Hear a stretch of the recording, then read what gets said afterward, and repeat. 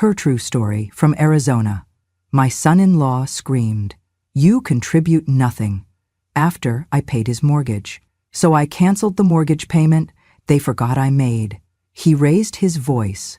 I raised the bank statement. Dinner was almost ready. The scent of baked chicken and rosemary hung in the air, mixing with the dull sound of television static from the living room. Emily was spooning mashed potatoes onto a serving platter while I set the table, slowly, carefully, as I always did now. My joints were stiffer these days. My fingers didn't quite close around things the way they used to. I reached for a ceramic dish, one I had used dozens of times without incident, but my thumb slipped. It fell. The sound of it shattering against the tiled floor cut through the house like a crack of thunder. Everyone stopped. Emily froze in place. The children, Chloe and Ryan, looked up from their plates. And then, like lightning striking after the thunder, Jared shot up from his chair, fork still in his hand, his eyes narrow and wild. "Of course," he muttered first. "Of course it's her." Then, louder, "Do you ever think about what you actually do around here?" I didn't answer. My hand was already shaking. I bent down, quietly trying to gather the broken pieces. My knee protested as I knelt, but I didn't complain. I never did. "That's what I thought," Jared snapped. "Nothing. You live here for free, you eat our food, you take up space. You don't clean, you don't work, you don't even say thank you. You contribute nothing." I looked up, stunned. "Jared, No, you don't get to speak now," he spat, stepping toward me. "You should be grateful we even let you stay here. You should be grateful that those dusty retirement dollars of yours were even remotely helpful.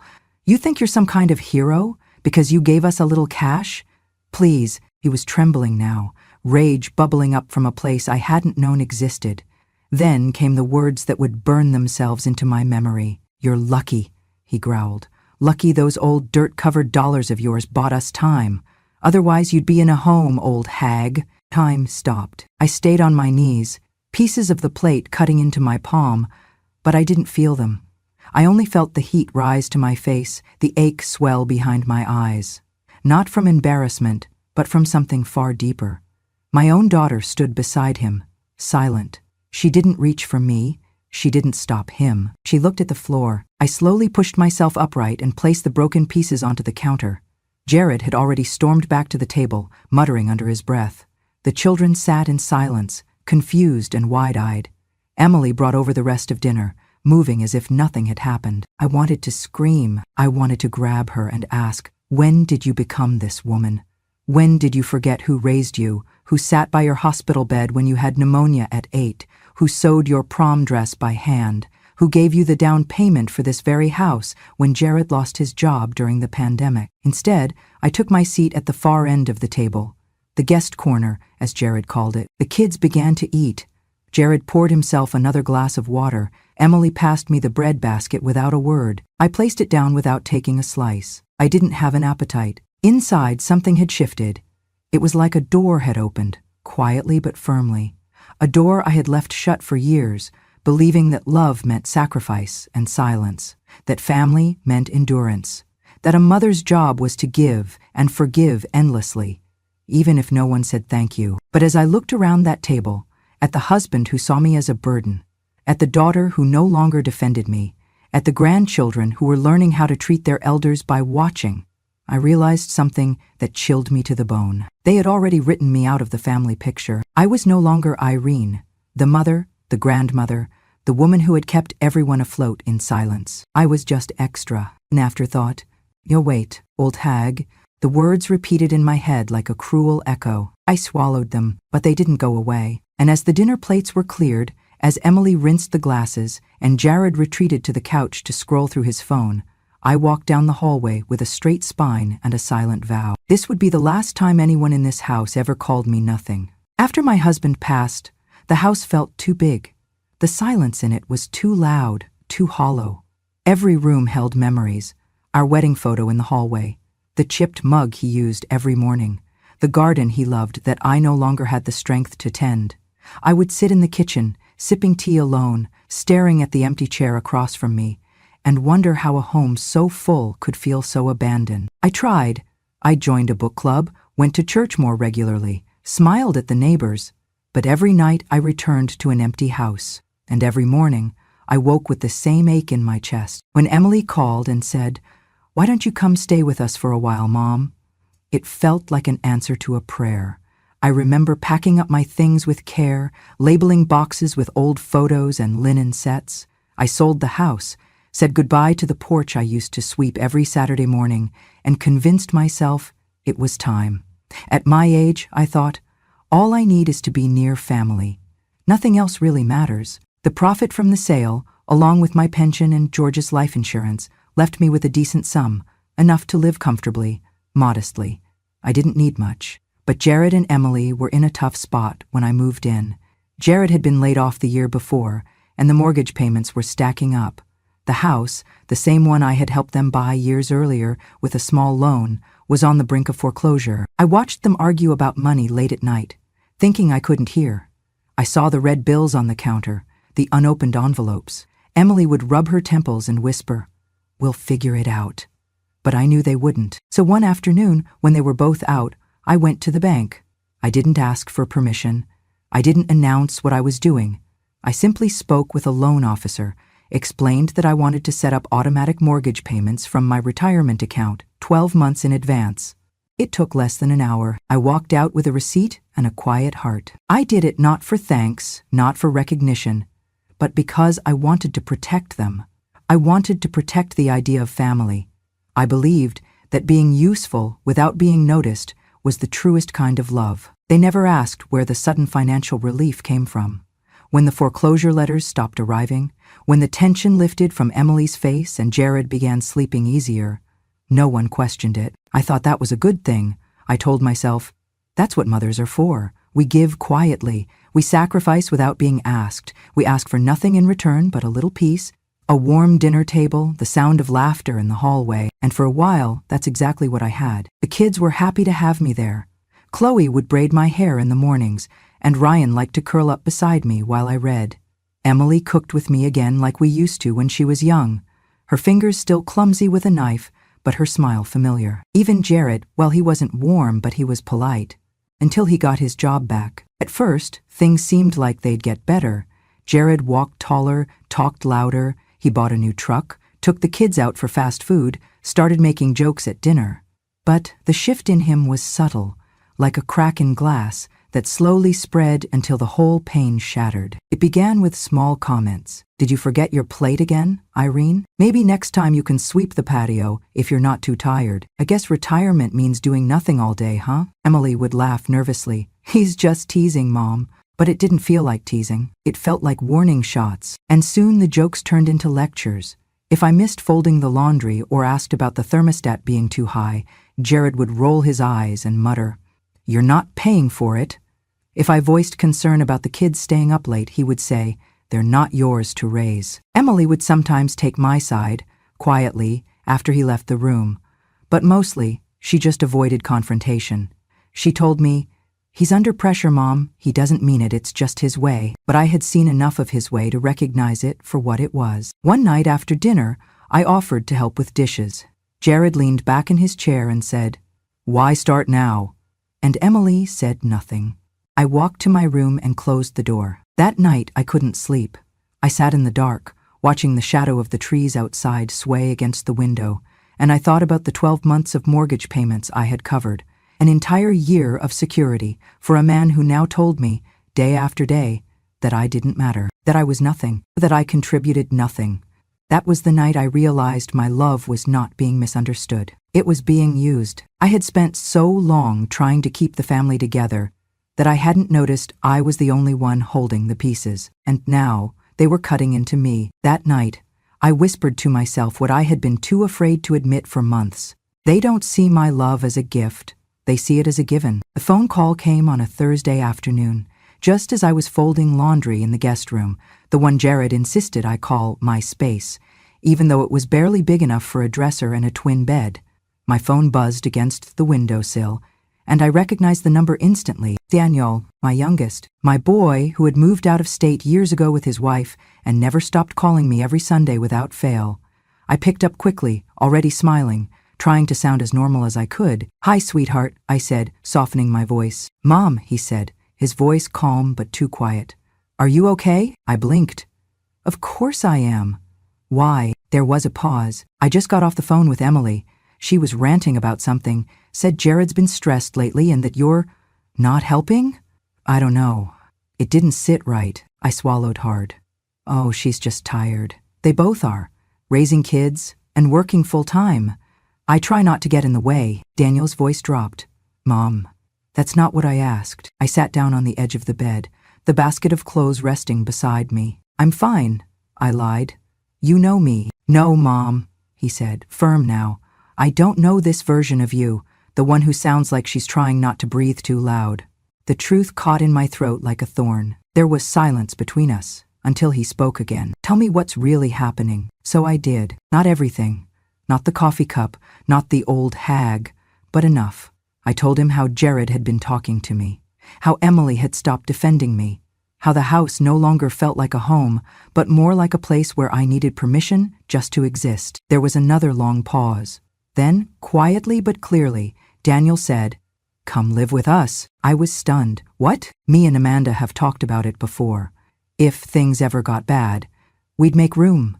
You'd have your own bedroom, real space. The kids would love having Grandma close. Oh, Daniel, I said, my voice trembling.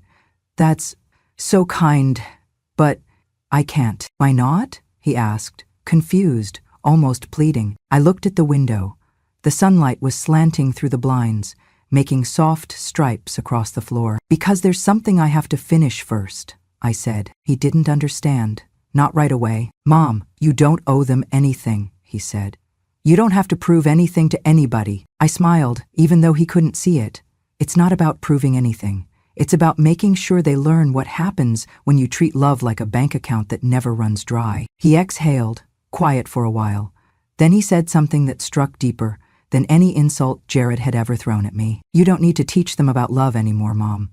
But maybe it's time you teach them about consequences. I sat there, stunned, not because he was angry, not because he was right, but because for the first time in a long time, someone had said out loud what I had only just begun to feel inside. That my silence was not kindness, it was enabling. That by trying to keep the peace, I had allowed my own worth to be trampled. That night, after we hung up, I stood in front of the mirror in the tiny guest room and looked at myself.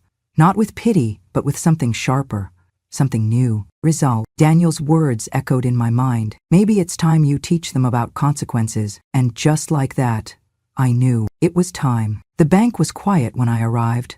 Late morning on a Tuesday, just the way I wanted it. No long lines, no familiar faces, no risk of running into anyone from the neighborhood. I wore a plain beige sweater and my oldest pair of walking shoes. I looked like someone coming in to ask about a forgotten PIN number, not someone about to pull the pin from a very silent grenade. The teller directed me to a financial services representative, a young woman named Claire with warm eyes and soft-spoken words. She led me to a small cubicle in the corner and asked how she could help. I reached into my purse and pulled out a worn envelope. Inside it were 11 printed bank statements, each labeled and highlighted, along with a copy of the mortgage agreement I'd quietly helped Jared and Emily keep afloat. I'd like to cancel a scheduled automatic mortgage payment, I said calmly. Claire looked up, surprised. Of course. Do you have the account number? I do, I said, sliding the documents forward. She scanned the papers, her eyes pausing as she took in the numbers. Monthly payments of $1,495. Over 11 months, nearly $18,000. All coming directly from my retirement account, all under my name. Her eyebrows lifted slightly, but she didn't ask. I appreciated that. I set these up about a year ago, I said. My daughter and her husband live in the home. They didn't know I was doing this. Claire nodded slowly. You'd like to stop the payments effective immediately? No, I said. I'd like to stop them after this month's payment so one more will go through, then nothing. And I want the mortgage bills to resume being mailed directly to their house, not to me. She hesitated. Would you like us to notify them of the change? I looked her in the eyes. No.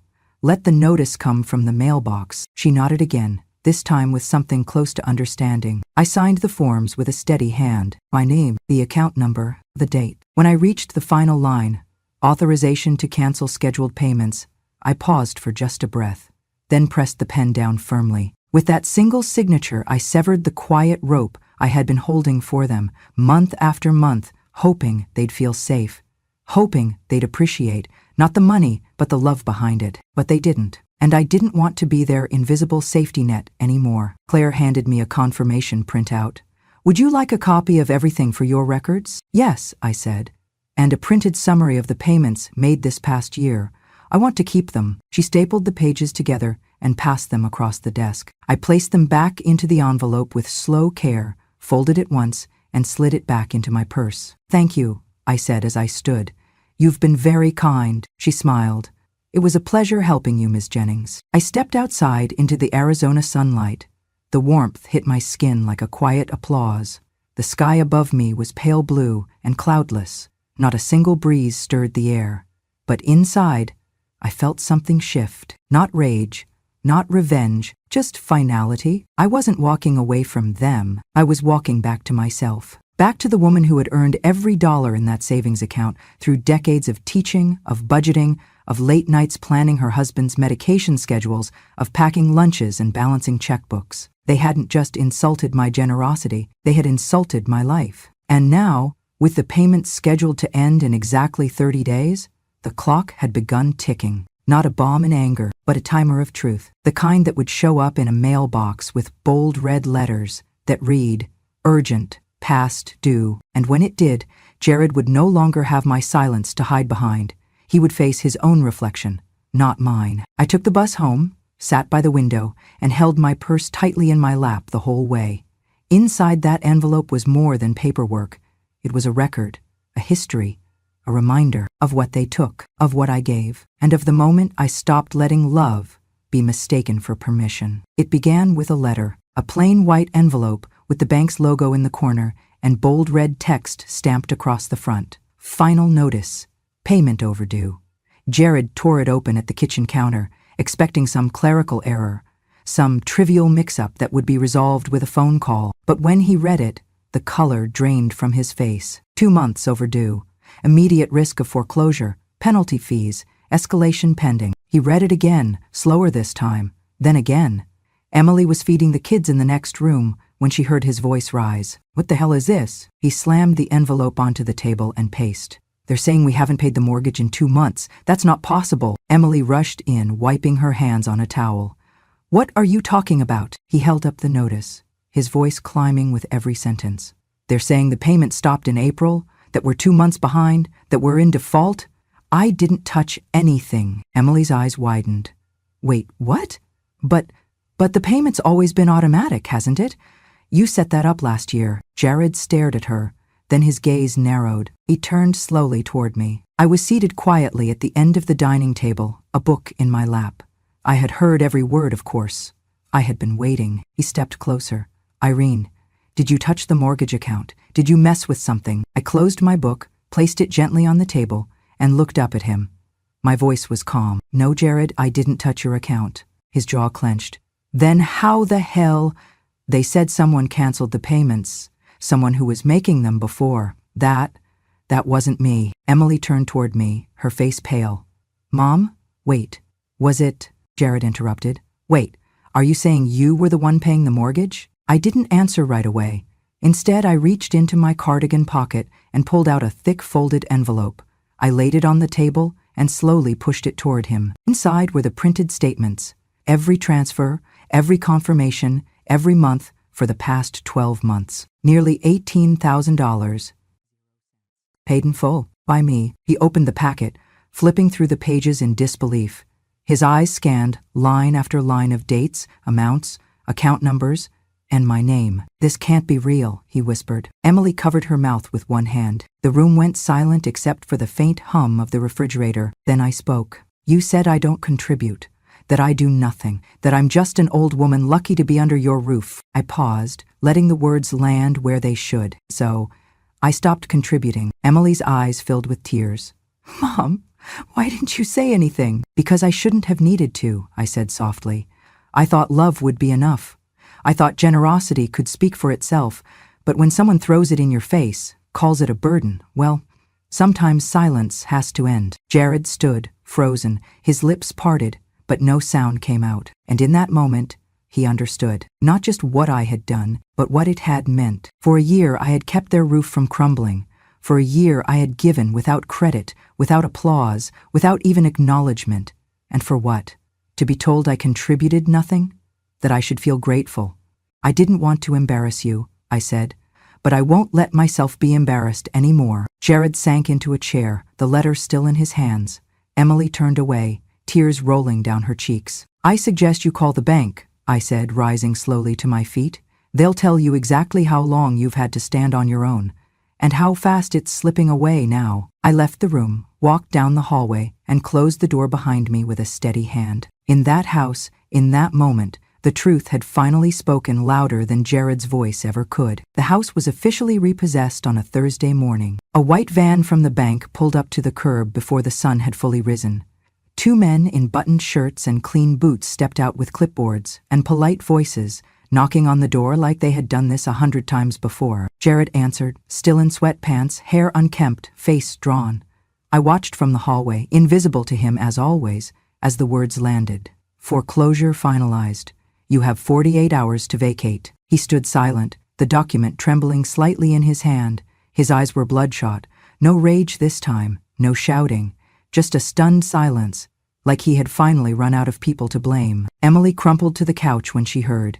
She buried her face in her hands, sobbing, not the kind that asks for comfort, but the kind that comes from knowing you let something rot right in front of you and did nothing to stop it. That afternoon, as they packed boxes and made frantic phone calls, I quietly folded my clothes and zipped up a modest suitcase. My hands were steady, my breath even. The ache in my joints was there, but the heaviness in my chest, gone. Emily found me by the door, just as I was slipping my coat on. Mom, please, she whispered. Her voice cracked.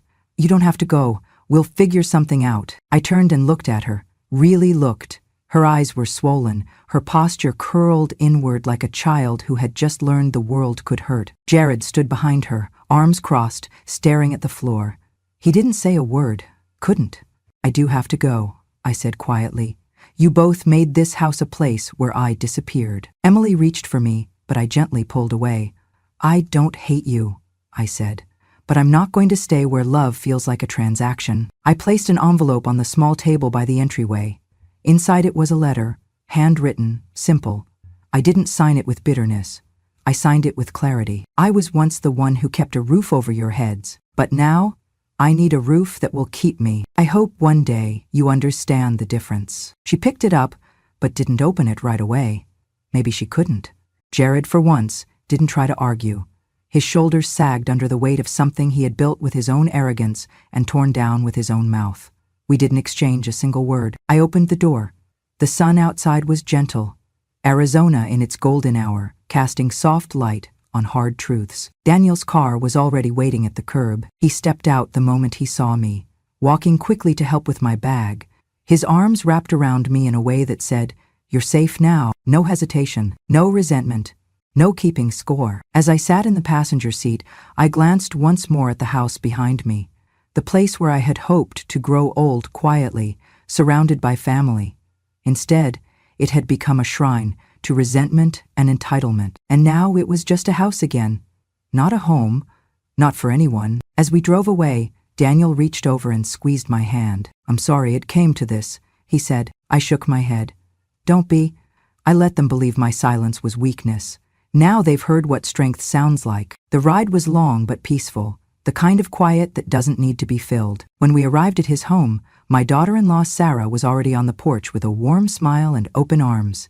The kids peeked from behind her, giggling, calling out, "Grandma!" And just like that, I was home again. A different home. One not built with wooden brick, but with respect, with kindness, with space for me to be exactly who I am. No pretending, no disappearing, just belonging. And for the first time in years, I slept in a room where no one slammed doors. No one rolled eyes. No one made me feel like love had to be earned in silence. That night, I lay beneath a quilt Sarah had stitched herself, the scent of lavender on the pillows.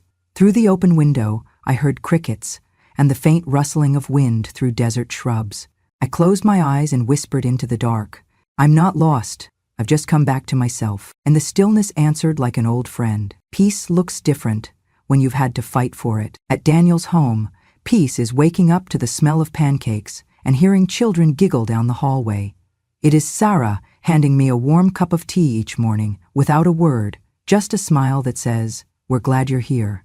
It is not being asked what I can offer, but being reminded every single day that I matter just because I exist. My room is simple. Soft curtains, a rocking chair near the window, shelves filled with books Daniel rescued from my old house, the same photos but on new walls, the same woman but no longer invisible. Weeks passed before Daniel brought up the will. He didn't do it out of greed, he did it because he believed in honesty. He had always been like that. Even as a boy, Daniel never liked secrets. "Mom," he said one evening as we sat on the porch, "I think we should update your estate plan. You've been through a lot. It's time you decide what happens next, not someone else." So a week later, we sat in the office of a kind, soft-spoken attorney named Mrs. Calder. Her office smelled like cinnamon and old books. The sun poured through the windows, touching everything like a quiet blessing. I listened as she reviewed the documents, walking me through each section. Then she asked the question that froze the room in a still, sacred moment. "And who would you like to name as your beneficiaries?" I didn't hesitate. "Daniel and Sarah," I said. "They've given me back more than I ever lost." She nodded, making the notes with grace. There were no dramatic pauses, no courtroom gavel, no confrontation. Just the sound of a pen signing away everything I owned, land, investments, savings, to the only people who had made me feel at home. That night, Daniel hugged me longer than usual. "Thank you," he whispered. "But just so you know, you never had to." "I know," I replied. "That's why I did." The next afternoon, Emily called. I saw the name flash on my phone and sat staring at it for a full minute. My thumb hovered above the answer button, not out of anger, but from a deep well of caution. I answered. "Hi, Mom." Her voice was fragile, hesitant, a shadow of the woman I had once raised to be strong. "I heard about the house, the will. Daniel told me." I said nothing. "I just wanted to say I'm sorry. For how Jared spoke to you. For how I didn't stop him. For all of it." She paused, waiting. "I miss you. The kids miss you. I was hoping maybe you'd forgive me. Maybe we could start over." I leaned back in the chair, watching birds land on the fence just beyond the window. I thought about the years I had spent believing that love meant endurance, that silence was dignity, that being family meant staying no matter how much it hurt. But now I had learned something else. "I forgive you, Emily," I said, softly but firmly. "I truly do." She let out a breath that sounded almost like a sob of relief. But then I added, "But forgiveness doesn't always mean starting again. Sometimes it just means letting go of the weight." The line went quiet. Then slowly she said, "So, you're not coming back?" I closed my eyes, letting the truth come out like wind through dry leaves. "No, I'm not." Silence again. And then, finally, the sound of quiet tears. "I understand," she whispered. "I just wish I had known sooner." I nodded, more to myself than to her. We all wish a lot of things. When I hung up, I didn't feel triumphant. I felt clean, like something that had been tangled inside of me for years had finally come loose. That night, I sat at the dinner table with Daniel's family, laughing at a joke his youngest had told, eating too much butter on my bread, wearing a sweater Sarah had knit me for no occasion at all. No occasion, just love. And I thought, as I looked around the table lit by golden light, sometimes your real family isn't just blood. It is whoever still stands beside you when the storm finally breaks. They invited me to speak at a community event last spring. Something about awareness and advocacy for elder mistreatment. I almost said no. I am not a speaker. I am not loud. I have never raised my voice in a room unless it was to call children in for dinner. But Daniel gently encouraged me. "It's just your story, Mom," he said. "You've already lived it. Now you just have to say it out loud." So I did. They set up folding chairs under the trees at the local library's courtyard. The sun filtered through the branches, scattering warm spots across everyone's shoulders. There were more people than I expected, young faces, older ones, even a few teenagers with their arms crossed, pretending not to listen, but staying anyway. I told them the truth. I told them about my house, my savings, the bank transfers, about the night the plate slipped from my hands, and the words that came after. I told them about Jared, about the silence of my daughter, about the weight of staying quiet, not because I had nothing to say, but because I believed my love was best proved through endurance. And then I told them about the moment I chose to stop enduring. When I paused, no one moved. Then a young woman in the front row wiped her face. A man in his 40s lowered his head into his hands. Another lady whispered, "That was me." When I closed, I didn't offer revenge. I didn't speak about what they owed me. I simply said, "I do not need anyone to thank me, but I will never again let anyone treat me like I am zero." That was the sentence they remembered. Someone recorded it, and within a few weeks, it started showing up on posters, social media posts, even the walls of a local senior center. I do not need anyone to thank me, but I will never again let anyone treat me like I am zero. They called it powerful. I call it overdue. The truth is, we teach people how to treat us, even when we don't mean to. And when we stop teaching that we are small, unworthy, or invisible, people have to choose whether they will rise or disappear. I cannot control what they choose, but I can choose myself. These days, my life is soft and slow. Daniel built me a small vegetable patch out back. I plant too many tomatoes and not enough zucchini. Sarah brings me yarn and lets me knit blankets that no one asked for but everyone uses. And my grandchildren call me Grandma I, like I'm a character in a novel they get to visit. But my favorite time is just after lunch, when the sun is warm but not yet heavy. That's when my youngest grandchild, Lily, brings out the checkered board, 2 wooden chairs, and a basket of snacks. We play chess in the garden. I pretend to think long and hard, but she always beats me. She is 6, but sharper than most adults I've met. "Grandma," she asked the other day mid-game, "did you really make Uncle Jared lose his house?" I nearly choked on a grape. "Well," I said, "not exactly. I just stopped paying for it," weighing on my shoulder. I thought for a moment. "Because, honey," I said gently, "sometimes, when people forget the gift you gave them, you need to take it back. Not to be mean, but to remind them it was never theirs to take for granted." She considered this, squinting down at the board. "Like when someone forgets you shared your sandwich and they act like you never had one." I smiled. "Exactly like that." She nodded and captured my rook. "Check," she said, grinning. The wind stirred the leaves overhead. The scent of rosemary and sun-warmed soil drifted across the table.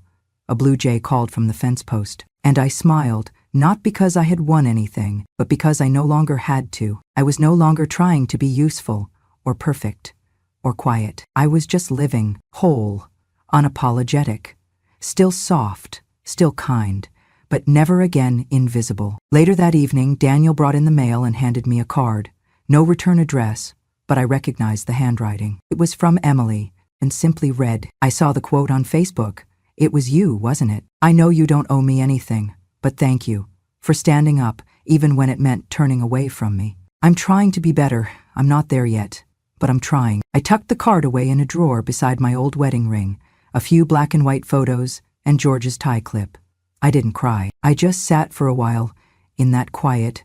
Then I went out back to water the tomatoes. I know now that not all things we give will be recognized. Not all kindness will be remembered. Not all love will be returned. But that doesn't mean it wasn't worth giving. Because in the end, it was never about the house. It was about the message. About saying, without needing to shout, "I was here, I mattered, I gave, and now I live." Not because I won, but because I finally stopped waiting for permission. If this story touched your heart, reminded you of someone you love, or made you feel just a little less alone, then it's done what it was meant to do. Because Irene's story isn't just about standing up to cruelty. It's about reclaiming dignity, one quiet choice at a time. Here on Grandma True Stories, we honor voices that were once silenced. We share true stories of courage, heartbreak, and justice, told by the women who lived them. So if you believe age should never silence truth, if you believe respect has no expiration date, then hit subscribe and join a community where stories like this are never forgotten. Grandma True Stories, because sometimes revenge is simply reclaiming your worth.